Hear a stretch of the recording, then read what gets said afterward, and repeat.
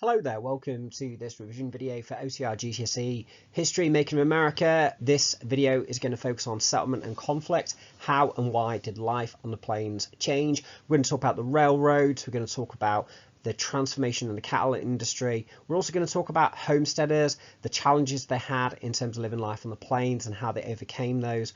We're also going to talk about the Indian Wars. We're going to talk about Little Crow's War. We're going to talk about the Sand Creek Massacre. We are going to talk about Red Cloud's War, and we're going to talk about the Great Sioux War, including the Battle of Little Bighorn. So let's find out more about how life on the plains changed between 1861 and 1877. Okay, so in terms of what you need to know for this topic, it's about settlement and conflict on the plains. You need to know the causes and nature of white American exploitation of the plains, including the railroads, the ranches, and the cow towns. You need to know about homesteaders living and farming on the plains. And you need to know about the so-called Indian Wars, including Little Crow's War, Red Cloud's War, and the Great Sioux War. So let's have a look in this in a bit more detail. This, of course, is the timeline, so we can see that the events in this video are taking place at the same time as the Civil War and Reconstruction, but for Making America, they are, of course, separate topics, but it is important to know that these are happening at the same time. Okay, so let's find out a little bit more about the Transcontinental Railroad. Now, the Transcontinental Railroad united the eastern and western states of America, and this is because in 1862, Abraham Lincoln, the president, approved the Pacific Railroad Act. He gave money to railroad companies to build a railroad connecting the east and west of the country. The Union Pacific Company built from the east towards the west, whereas the Central Pacific Company built from west towards the east. Now, railroad companies were given land on either side of the tracks to sell on and money to construct railroad lines. The line was completed in 1869, by which time both companies owned more land than the whole state of Texas. The railroad would enable white Americans to settle and farm on the plains, and it would transform the plains and also lead to conflict on the plains, the so-called Indian Wars, with the indigenous peoples. So this shows you a map of the railroad from New York in the east to San Francisco in the west, and as we've seen there, the two major companies, the Union Pacific and the Central Pacific, and the two lines would meet at Promontory Point in Utah, where the train line was united in 1869. Now, it's quite interesting to think about the story of when the railroad united at Promontory Point in Utah. It was the 10th of May, 1869, Promontory Point in Utah, and excitement was building as the big moment arrived. The sun was blazing overhead, casting a golden glow on a huge and expectant crowd. And a tall man with a prominent moustache stepped forward, and in his hand he held a silver hammer. And he had just one job to do today, and that was to hammer in the final spike to connect the Transcontinental Railroad. The man was one of the co-founders of the Central Pacific Railroad Company. His name was Leland Stanford. Prayers were offered, and the spike would be driven soon into the ground. The final spike was presented and slid into place. Leland Stanford raised his hammer high above his head. His gaze was steady, and as he brought it down, a gasp rippled through the crowd. He missed, and the hammer clanged against the rail. It doesn't matter, of course. A telegraph operator sent a message that America is now connected from coast to coast. The Transcontinental Railroad was complete. The United States is united. And in New York, a great cheer rang out in front of the telegraph office. In Washington, an illuminated ball dropped from the Capitol building. And in San Francisco, a huge banner was unfurled that proclaims, "California annexes the United States." The vast distances of the West had been conquered, and America was now a continental nation. Now, I'll tell you this story just so that you can really think about the significance of this event and the significance of the railroad to determining everything that was going on in the plains during this time. It is the single most important factor for completely transforming the plains. So let's find out about the impact of that in a little bit more depth now. So the railroads had both positive and negative impacts on groups in the USA. In terms of impact on railroad companies' investors, it made those companies' investors very rich. $50 million was made available to encourage companies to start building, and 6,400 acres of land was given for every mile of track laid. The railroad companies could sell those, so they began to advertise that land for sale.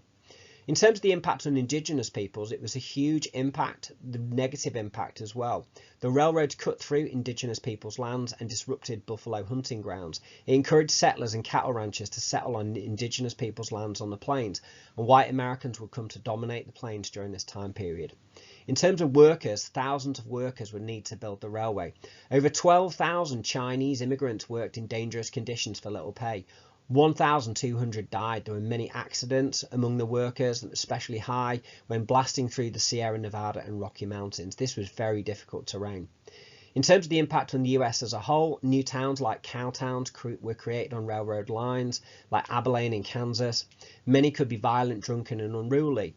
Law and order did improve, but the first railroad inspired the building of other lines across the West. By the 1880s, the journey across the USA could be made in days instead of months. And if we just think about how in the 1840s and 1850s we were learning about the overlanders and their terrible journey and the difficulties of journeys like the Sager family and the Donner family, that had all been conquered by the bringing of the railroad onto the plains. Now, the railroads, one of the key impacts of the railroads was that it led to the transformation of the cattle industry. Now, in the 1850s, there was cattle ranching in Texas. Beef was really popular in America, and southern Texas was an important center for cattle ranching. It's full of the Texas Longhorns, so called because they're from Texas and they have long horns. The cattle roamed freely on the open range, and cowboys would round them up. Now, during the Civil War, it stopped the cattle trails, and many Southern cowboys fought for the Confederacy, including people like Charles Goodnight, for example. Cattle carried on breeding, and when cowboys returned from the Civil War, numbers were huge, leading to a fall in the price of beef. Now, cattlemen used the railroads which crossed the northern plains to kind of make profits. Charles Goodnight and his friend Oliver Loving were some of the first, and they created the so-called Goodnight-Loving Trail, which went from Texas up towards the railroads. They drove their cattle to the new cow towns on the railroads like Abilene in Kansas. From there, cattle were taken east to sell in cities like New York or Chicago. Cowboys also sold beef to reservations, to the railroad workers, and to US soldiers at forts like Fort Laramie. From 1867, a man called Joseph McCoy set up the town of Abilene in Kansas. It was next to the railroad. This was a so-called cow town, and other cow towns were Wichita, Dodge City, and Ellsworth, and they're all located along the trail called the Chisholm Trail. Cowboys arrived in cow towns after weeks on the so-called long drive, bringing their cattle up from Texas. They often sold their cattle and then spent money drinking whiskey in saloons or spending money gambling or at brothels. There was violence and sheriffs were hired to keep order, and this gives the image of which has been popularized in so-called Western films. The reality was that most cowboys worked long hours and were poor. A third of cowboys were Mexicans, indigenous peoples, or former enslaved people. In terms of cattle ranching, driving cattle from Texas became inefficient, so in 1866 John Iliff, a rancher from Ohio, began rearing cattle on the plains, and others followed, and by the 1870s cattle ranching took place on the plains itself. Ranch owners did not fence their lands and cattle wandered, disrupting buffalo herds. This led to violent clashes between ranchers and indigenous peoples. Oliver Loving had already been killed by the Comanche tribe in 1867, and by the 1870s ranchers were asking for protection from the US government. So a really significant development in terms of living and farming on the plains is the Homestead Act of 1862, and this completely transformed life on the plains. Now, the Homestead Act of 1862 offered people 160 acres of land if they farmed it for 5 years and paid a small fee. Single women could also apply, and 10 to 15% of homesteads were owned by women. Homesteaders were the first farmers who tried to turn the Great Plains into rich farmland, and they began settling in the early 1860s, of course encouraged by the railroad coming onto the plains as well. Thousands of homesteaders headed west in the 1860s and 1870s. During the 1870s, 500,000 homesteaders moved to just one of the states in the Midwest, Kansas. Now, push and pull factors led to people moving to the plains. So obviously we've seen the Homestead Act was really, really crucial. But all other pull factors were, number 3, railroad companies advertised the plains as a great place to farm land. Adverts showing what could be done by moving to places like Kansas enticed many to make the move. Number 5, the 1860s were an unusually good period for rain on the plains, making it a more desirable place to go. New technology, number 6, allowed water to be extracted from the ground more easily, and it made the plains a more desirable place to go and live. And of course, number 8, railroads allowed people to sell farmed goods to cities much more easily, and of course to get onto the plains in the first place. In terms of push factors, land in California and Oregon was becoming much more expensive now, and that pushed people to look for an alternative and to settle on the plains. Many freed slaves wanted to leave the South due to racism and discrimination. They were able to buy up land and move west. And the banking crisis in the 1870s meant that many people were out of work and were wanting to find new lives and opportunities. Now, we know that in the 1840s and 1850s, there was a sense that the plains were like a great American desert and you couldn't actually live or successfully farm on the plains. And there were many challenges for these so-called homesteaders in adapting to life living and farming on the plains. For example, keeping healthy. Cleanliness was a major issue for homesteaders. The houses were made of sod, earth, which attracted mice, fleas and bedbugs. Diseases like cholera and smallpox were very common. There's a lack of water. Winters on the plains were freezing, whilst hot summers led to droughts. Lack of water was a huge problem. Without water, diseases such as cholera could spread and crops would shrivel and die. There was the problem of isolation. Families on the plains were spread out and could often live many miles away from each other, leading to loneliness and a sense of isolation. The plains had never been ploughed before. Grasses which already grew there had rough roots. Iron ploughs could break under the strain of ploughing. In terms of building a house, there were very few trees on the prairies, the grasslands of the plains, which meant it was more difficult to build a home. Keeping warm was difficult because of the lack of wood, which meant that there was no firewood. There were lots of hazards. The grasslands were very dry in the summer, leading to a risk of wildfires. Locusts and grasshoppers were also a challenge. They ate crops and could even eat wooden window frames. And in terms of fencing the land, homesteaders need to fence their property to show which land belonged to them. And it also to stop cattle straying onto their crops. But there was a lack of timber for fencing. So all of these were huge challenges in terms of living and farming on the plains. However, these challenges were successfully overcome, and homesteaders came up with clever solutions so that they were able to survive and thrive on the plains. Firstly, they built windmills to give them power to pump water and irrigate land. They developed dry farming, a technique that trapped moisture in the soil. They used crops that thrived in the extreme environment of the Great Plains, like Turkey red wheat from Russia. John Deere developed a strong steel plough which could cut through the prairie grass. Railways were used to bring in new building materials onto the plains, such as wood to build fences. And then barbed wire was invented in 1874, which was a cheap and effective method of fencing in and protecting livestock. Homesteaders built houses out of dry blocks of earth known as soddy, so they didn't need to worry too much about the wood. And they also burnt buffalo chips, which is dried buffalo poo, in order to stay warm. Okay, we're now going to look at the Indian Wars. Now, there had been tensions in the 1850s, but during this time, white Americans were mainly traveling across the plains to settle in the far west in Oregon and California. In terms of the Fort Laramie Treaty of 1851, tribes such as the Lakota, the Northern Cheyenne, the Arapaho and the Crow had made a treaty with the US government. White Americans could establish forts and safe routes across the plains, and in return white Americans would pay the tribes $50,000 a year and protect the indigenous peoples from attacks from white Americans. Now, there had been some tensions and conflict on the plains in the 1850s, such as the Battle of Ash Hollow between the US and the Lakota in 1855, but conflict increased in the 1860s and 1870s on the plains because increased migration onto the plains disrupted the buffalo hunting grounds and the indigenous people's ways of life. Increased migration was also caused by Pikes Peak Gold Rush, the Homestead Act, and the Transcontinental Railroad. So, growing tensions between white settlers and indigenous peoples led to the reservation policy in the Indian Wars. So why was there conflict on the plains? Well, the migration from US settlers meant land and resources such as water were being used up, creating competition. The railroad disrupted indigenous people's hunting grounds, and that created tension. Pikes Peak Gold Rush led to 100,000 moving to the plains and the settlement of Colorado and Kansas. Gold would continue to be discovered on the plains, like in the Black Hills of Dakota, sparking tension and, of course, wars. Now, white American attitudes towards indigenous peoples changed. The US government began a policy of moving indigenous peoples onto reservations, which are set-aside areas of land which would not interfere with white settlement. Now, this was a major source of conflict. Many indigenous peoples, like the Lakota Sioux, did not want to keep reservation agreements. They wanted to keep their own nomadic ways of life. Many reservations, of course, did not provide for enough food and resources, and that sparked many conflicts, such as, for example, Little Crow's War and, of course, the Sand Creek Massacre. And the rising gun ownership after the Civil War, approximately a third of Americans had a gun, meant that violence was just much more likely to break out.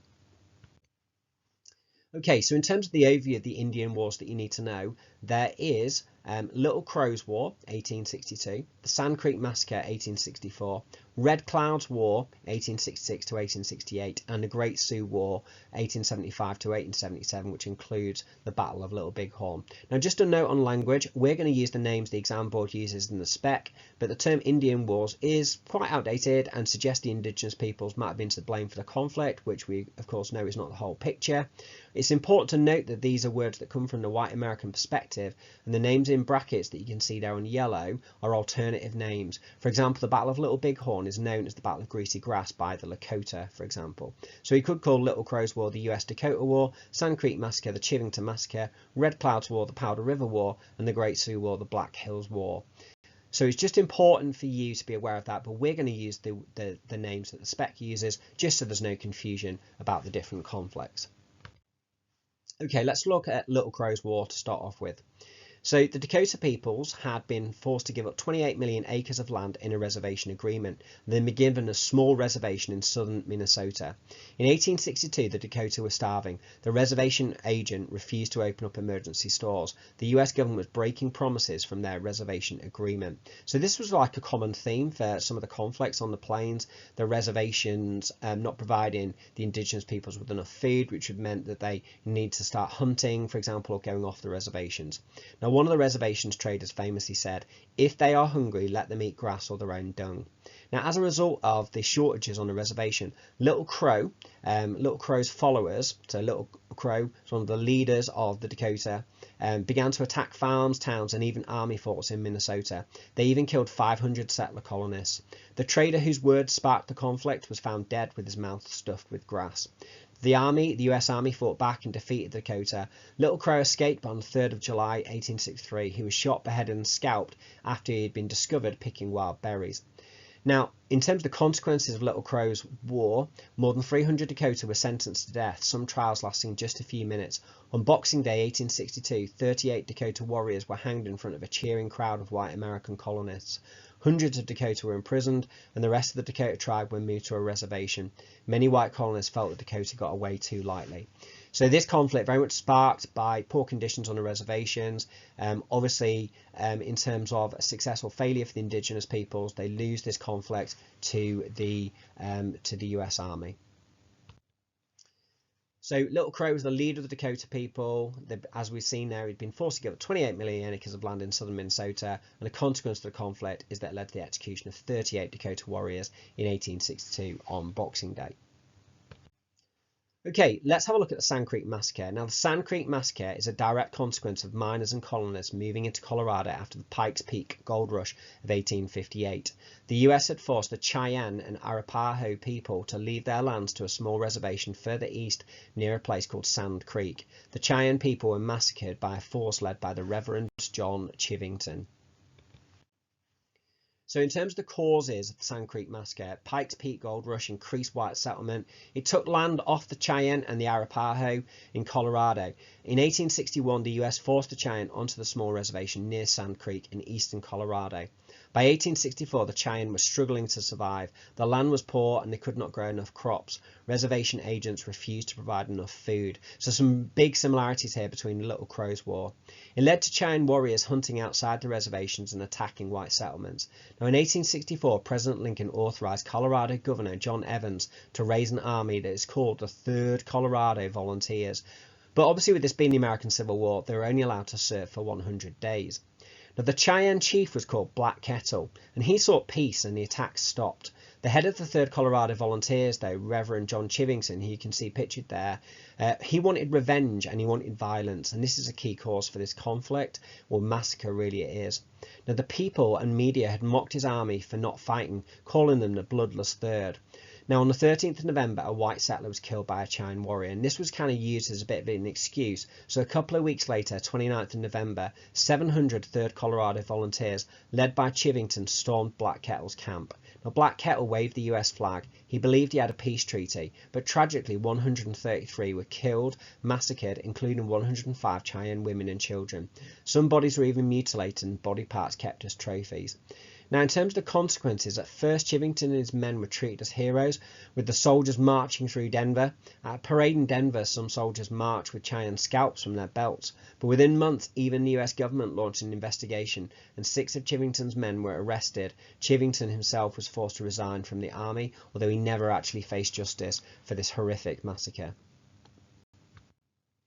Okay, on to Red Cloud's War, 1866 to 1868. Now, this is an example of the indigenous peoples having a victory against the US government. So any question about success or failures in terms of the Indian Wars, this is a really good example. So in terms of Red Cloud's War, what's the cause? Well, in 1862, gold was discovered on the Lakota Sioux Reservation in Montana, and miners began pouring in along the Bozeman Trail, which was a mining trail set up by John Bozeman. The Bozeman Trail broke the Fort Laramie Treaty, which had promised to respect Lakota lands. Now, Red Cloud of the Lakota Sioux led attacks against some of these miners. The US government began setting up army forts on Lakota land. In 1866, the US government called a meeting with Red Cloud at Fort Laramie, who refused to sign a treaty. The US set up forts on Lakota lands anyway without Red Cloud's agreement, and that was what sparked the conflict. Between 1866 and 1868, Red Cloud and his warriors fought the US Army with a number of other Lakota leaders, including the very famous Crazy Horse. In one attack on a US fort, the Lakota Sioux killed an entire troop of 80 US soldiers. Red Cloud continued to win victories against the US Army. Eventually, government was forced to admit defeat. The government had to sign, in terms of a consequence, another treaty at Fort Laramie, the Fort Laramie Treaty of 1868. The treaty said that the Lakota Sioux would be given a huge area of land, including the Black Hills of Dakota, which we might remember from our case study in the second topic is a holy and sacred site for the Lakota people. The US also promised that US troops and settlers would not enter this land without permission. The defeat was humiliating for the US government, and many said tougher policies were needed. From 1868, control of the conflict was handed to Union generals, Sheridan and Sherman, who wanted to fight. And you can see pictured there, Red Cloud from the Lakota. Now, a key point here is that US attitudes towards indigenous peoples hardened after Red Cloud's War. They brought in their best military generals who had helped the Union win the American Civil War. General Philip Sheridan, General William Sherman, and of course, General Custer, who we're going to find out about next. So in terms of the causes of the Great Sioux War, it's to do with gold. So gold was discovered in the Black Hills of Dakota on Lakota lands in 1874. Now the Fort Laramie Treaty of 1868 said that no white Americans would enter Lakota lands, but miners were entering Lakota lands anyway. So there's some parallels here between this and Red Cloud's War in terms of gold being a key spark for these conflicts, these Indian wars. Now, the US tried to negotiate a treaty to purchase the Black Hills of Dakota for $6 million. Red Cloud and the other chiefs agreed, but other chiefs like Sitting Bull refused. President Ulysses Grant ordered all Lakota Sioux and allied indigenous peoples to return to the reservations. When they didn't return, General Custer was sent to find them. In terms of a vision, Sitting Bull, he was a spiritual leader and Lakota medicine man, and he had a vision that the indigenous peoples would win a great victory over the US. He'd seen US troops falling from the sky like dead grasshoppers in a vision he'd had during a buffalo dance. Now, on the 17th of June 1876, Sitting Bull and Crazy Horse destroyed a US Army camp and won a tactical victory at the so-called Battle of the Rosebud. The Lakota then set up a camp along with the Cheyenne and Arapaho peoples on the bank of the Little Big Horn River. So the stage was set for the Battle of the Little Big Horn. So the Battle of the Little Big Horn, or as it is known by the Lakota as the Battle of the Greasy Grass. On the 21st of June, General Custer and his 7th Cavalry were ordered to find Sitting Bull and drive them towards the main army. By this time, there were 6,000 indigenous peoples camped out on the banks of the Little Big Horn River. Custer split his force and he found the camp, and he charged his 210 cavalry into Sitting Bull's camp. The Lakota were taken by surprise, but Crazy Horse led a counterattack. And just bear in mind, the indigenous peoples had 6,000 people. Many of the US soldiers' weapons jammed, and Custer ordered a retreat, but the Lakota closed in. In only a few minutes, Custer and his entire troop were killed. So this is an example of success the indigenous peoples had in terms of fighting the Americans. But although the Lakota had won a great battle, they were unable to win the war. The US continued to chase Sitting Bull and the remaining Lakota. Some, including Sitting Bull, fled to Canada. Crazy Horse himself was killed in 1877. All Lakota bands were rounded up by the army, even if they had nothing to do with the fighting. Rations were stopped on the reservations, the buffalo were hunted, and eventually the Lakota were forced to sell their land and were moved to smaller reservations. The US gained 40 million acres of land, including the Black Hills of Dakota. So there you've got a bit of a summary of the Indian Wars, just to kind of help you out in terms of like the different conflicts, what they're called, when they were, some of the key information about them. We can see kind of lots of parallels. If we're looking at some successes, we can talk about Red Cloud's War, some success for indigenous peoples. We can talk about the Battle of Little Bighorn, but we can also talk about how there were failures in terms of the Indian Wars for the indigenous peoples. They were ultimately defeated in the Great Sioux War. They lost their lands. They were defeated in Little Crow's War. The Sand Creek Massacre was obviously a horrific and tragic event. So that just kind of gives you some of the key information. So it's really important to learn the Indian Wars and to know the causes, the main events and the consequences of each of the different conflicts. Okay, so thanks very much for watching that video on how and why life on the plains changed between 1861 and 1877. I hope you enjoyed that, and good luck with your exams.